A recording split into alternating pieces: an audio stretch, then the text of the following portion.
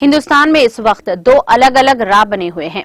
एक तरफ मुल्क भर में बदआमनी, बेचैनी, नफरत, तशद्दुद फूट पड़ा है, तो दूसरी तरफ तेलंगाना रियासत में गंगा जमनी तहजीब, इत्तेहाद, चैन व सुकून, तरक्की और तमाम अवाम की फलाह व बहबूद हो रही है। इन ख्यालात का इजहार रियासती वज़ीर दाखिला मोहम्मद महमूद अली ने हजरत यूसुफियन बारगाह पर किया है। वक्फ बोर्ड चेयरमैन मोहम्मद मसीउल्लाह खान की सदारत में वज़ीर आला कल्वाकुंतला चंद्रशेखर राव की 69वीं जन्मदिन के मौके पर एक तकरीब का इनेकाद किया गया, जिसमें बारगाह यूसुफियन पर गुल चादर चढ़ाई गई, सलाम का नजराना पेश किया गया, फातिहा ख्वानी और दुआ का एहतमाम किया गया। इस मौके पर इमाम मस्जिद यूसुफियन मौलाना सैयद हैदर पाशा जावेद और मौलाना शोएब ने केसीआर और इनके अफराद खानदान की दराजी उम्र और सेहतियाबी के लिए दुआ फरमाई। मुल्क भर में बीआरएस की आला कामयाबी और तेलंगाना की तरक्की और अवाम की फलाह व बहबूद के लिए दुआ की गई। बाद अज़ां वज़ीर दाखिला मोहम्मद महमूद अली ने मीडिया नुमाइंदों से गुफ्तगू करते हुए कहा कि वज़ीर आला केसीआर को सिर्फ तेलंगाना की नहीं बल्कि मुल्क भर की फिक्र है। वो चाहते हैं कि जिस तरह तेलंगाना में पिछले 8 सालों में तरक्की हासिल की गई है, इसी तरह मुल्क भर के तमाम इलाकों के हर शोबे हयात में तरक्की हासिल हो।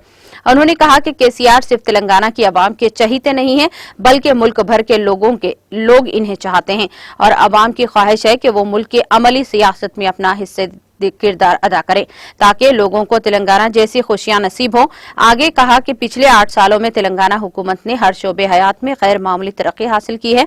इसकी मिसाल मुल्क भर में नहीं मिलती है। उन्होंने अपने खिताब में कहा कि केसीआर की ज़ेर क़ियादत बीआरएस हुकूमत ने पिछले 8 सालों में तेलंगाना में बेहतरीन स्कीमात और उम्दा वज़ाइफ जारी किए हैं। हर तबके की फलाह व बहबूद के लिए मुतअद्दिद स्कीमात को अमली जामा पहनाया गया है। इसके अलावा हर घर मुफ्त पानी की फराहमी, 24 घंटे मियारी बिजली की फराहमी और किसानों के लिए अनोखी स्कीमात को अमल में लाया गया है।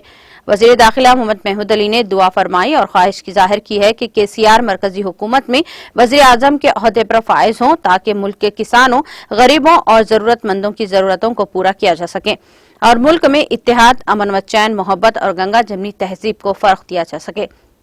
उन्होंने ये भी कहा कि इस वक्त आलमी सतह में हिंदुस्तान की हालत बहुत खराब हो चुकी है, क्योंकि मरकजी हुकूमत अवाम में नफरत डाल रही है, दुश्मनी को फरोग दिया जा रहा है, तशद्दुद को बढ़ावा दिया जा रहा है, अवाम में फूट डाली जा रही है और हर वक्त गलत बयानात देते हुए जहर उगला जा रहा है। इसके बरखिलाफ तेलंगाना में बीआरएस हुकूमत रियासत को तरक्की की तरफ गामजन कर रही है।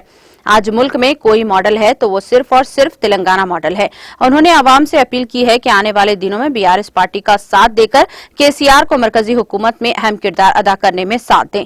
इस मौके पर वक्फ board chairman Mohammed Masihullah Khan, BRS party के सीनियर कायद आरिफुद्दीन, मुनीरुद्दीन, सैयद अकबर हुसैन, बदरुद्दीन, मोहम्मद अत्थरुल्लाह, नवाब इरशाद खान, लतीफ शरीफीन और महबूब और दीगर शरीक थे।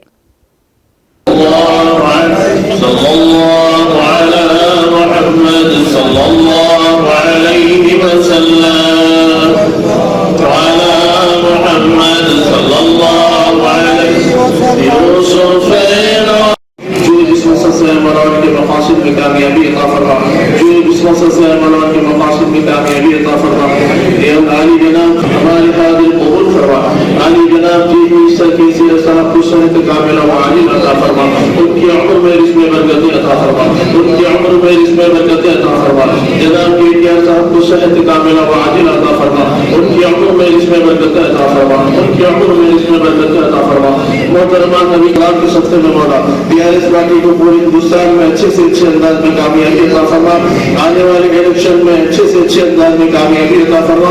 या अल्लाह हमारे सलातो सलाम को कबूल फरमा।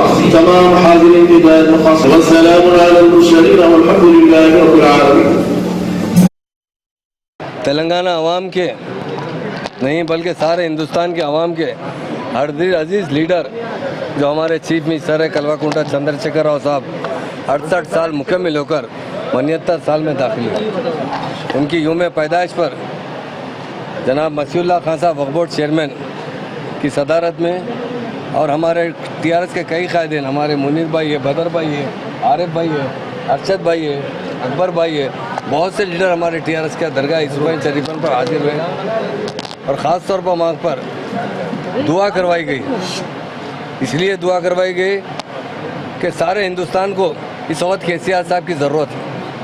केसीआर साहब इस उम्र में भी जिस तरह तेलंगाना की आवाम की फ़िक्र करें, आज सारे हिंदुस्तान की आवाम की फ़िक्र कर रहे हैं। تلنگانہ راشٹر سمیتی جو 2001 میں قائم کی گئی تھی، وہ 14 سال جدوجہد کرتے ہوئے اس کا ایک ہی ایجنڈا تھا کہ تلنگانہ حاصل کرنا، اور ہمارے سی ایم صاحب کی قیادت میں تلنگانہ حاصل کیا ہے۔ دوسرا سب سے اہم مسئلہ تھا تلنگانہ کی ترقی۔ آج ہندوستان میں کوئی ماڈل اسٹیٹ ہے تو وہ تلنگانہ اسٹیٹ ہے۔ جس طرح ہمارے سی ایم صاحب نے تلنگانہ کو ترقی دلائی ہے، اس کی مثال ہندوستان میں نہیں مل سکتی۔